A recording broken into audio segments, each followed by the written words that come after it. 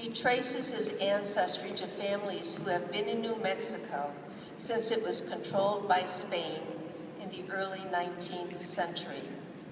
In 2000, he completed his bachelor's degree from Colorado Mesa University in Grand Junction. During his senior year at Colorado Mesa, he was the first Latino in the school's 100-year history to be elected student body president. After graduation, Robert worked in the private sector for 10 years. He held managerial positions with Hershey Foods Corporation and Red Robin Gourmet Burgers, Inc. corporate offices. He has a master's certificate in project management from Villanova University and is a certified project management professional. Currently, Robert works for Regis University College for Professional Studies and Admissions. Besides work and his graduate studies, Robert is a proud father and has actively volunteered his time with Seeds of Hope, Habitat for Humanity, the Denver School of Rock, and the Denver Public Schools' annual Migrant Student Leadership Conference. Robert was recently awarded the Student Research and Scholarship Grant and is a member of Alpha Sigma Nu, the Jesuit Honor Society. After graduation, Robert will be pursuing a PhD in Educational Studies and Research at the University of Colorado, Denver. Mr. Montoya?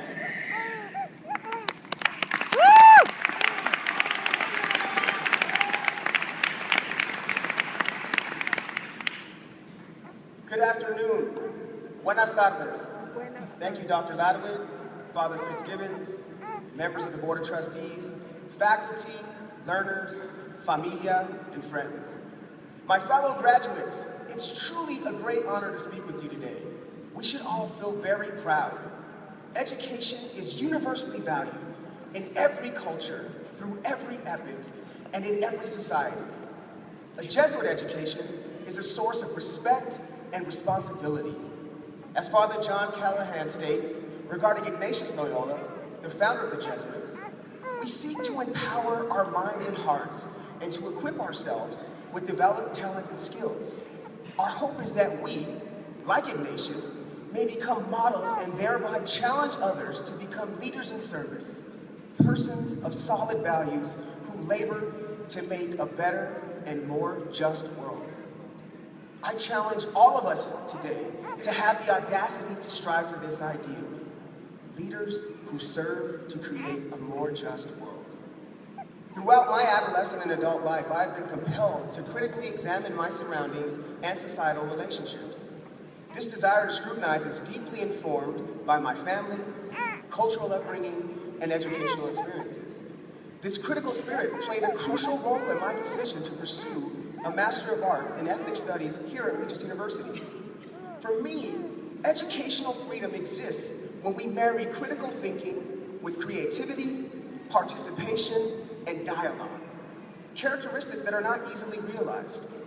I agree with the educational theorist Paulo Freire that education either functions as a mechanism which is used to facilitate assimilation into the dominant culture, placing the utmost importance on conformity, or education becomes the practice of freedom, the means by which men and women deal critically and creatively with reality and discover how to participate in the transformation of their world. Freire, like Ignatius, emphasizes empowerment, but not only of oneself, but for those who are disenfranchised and relegated to the margins of society. Father Ignacio Ellacuria once told a group of graduates, not that dissimilar from us, that a Christian university must be a voice for those who do not possess the academic qualifications to promote and legitimate their rights. For almost all of my adolescent life, I was relegated to this societal margin, this voiceless individual. I was primarily raised by my single mother and older sister.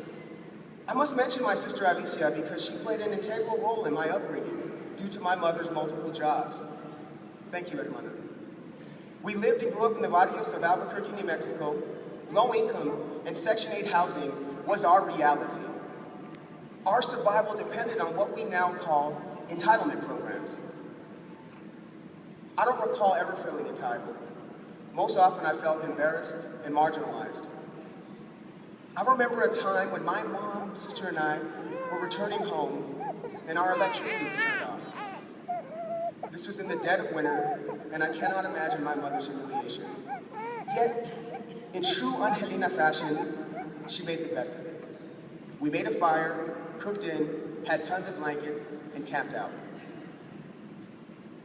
It truly is one of the best memories that I have as a child. In retrospect, I can assure you that entitlement was the last thing that I was feeling. What I did feel was humility and love. And that fire did more than warm us that cold night. It ignited a flame inside of me to have the courage to never let my mother's sacrifice go wasted. Now, despite being raised in a low-income household, I was privileged in a multitude of other ways, especially when it came to education. While my mother's side of the family was very blue-collar, my dad's side was extremely educated. My grandfather, Ricardo, had his master's degree in social work from the University of Southern California, a distinction almost unheard of for a Latino man in the 1950s. My tia, my aunt, Margaret Montoya, was the first Latina to be accepted into Harvard Law School. Every one of my cousins, siblings, aunts, and uncles on my dad's side has at least a bachelor's degree. And I know that many of you here today are first-generation graduates. For that honor, I salute you. Like my grandfather, you are creating your family's educational legacy. Now, I share this with you today because I'm not a rags to riches story. I did not pull myself up by these mythical bootstraps to stand here before you. I am certain that all of us here today have had immeasurable help and support along the way. We can all probably think of so many teachers, coaches, mentors, and friends who have fostered our success.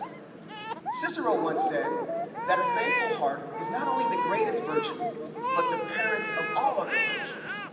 So on behalf of all of us, I say to all of our families and friends here today, we can never thank you enough for the understanding and encouragement you have shown our work, all of which belongs to you as well. As I reflect on the dichotomy that was my upbringing, I am thankful that I was exposed to two very different realities, poverty and education. Realities that have informed every aspect of my life. I now understand that only through educational access and parity can we all begin to fulfill the responsibility laid out by Ignatius Loyola and challenge ourselves and others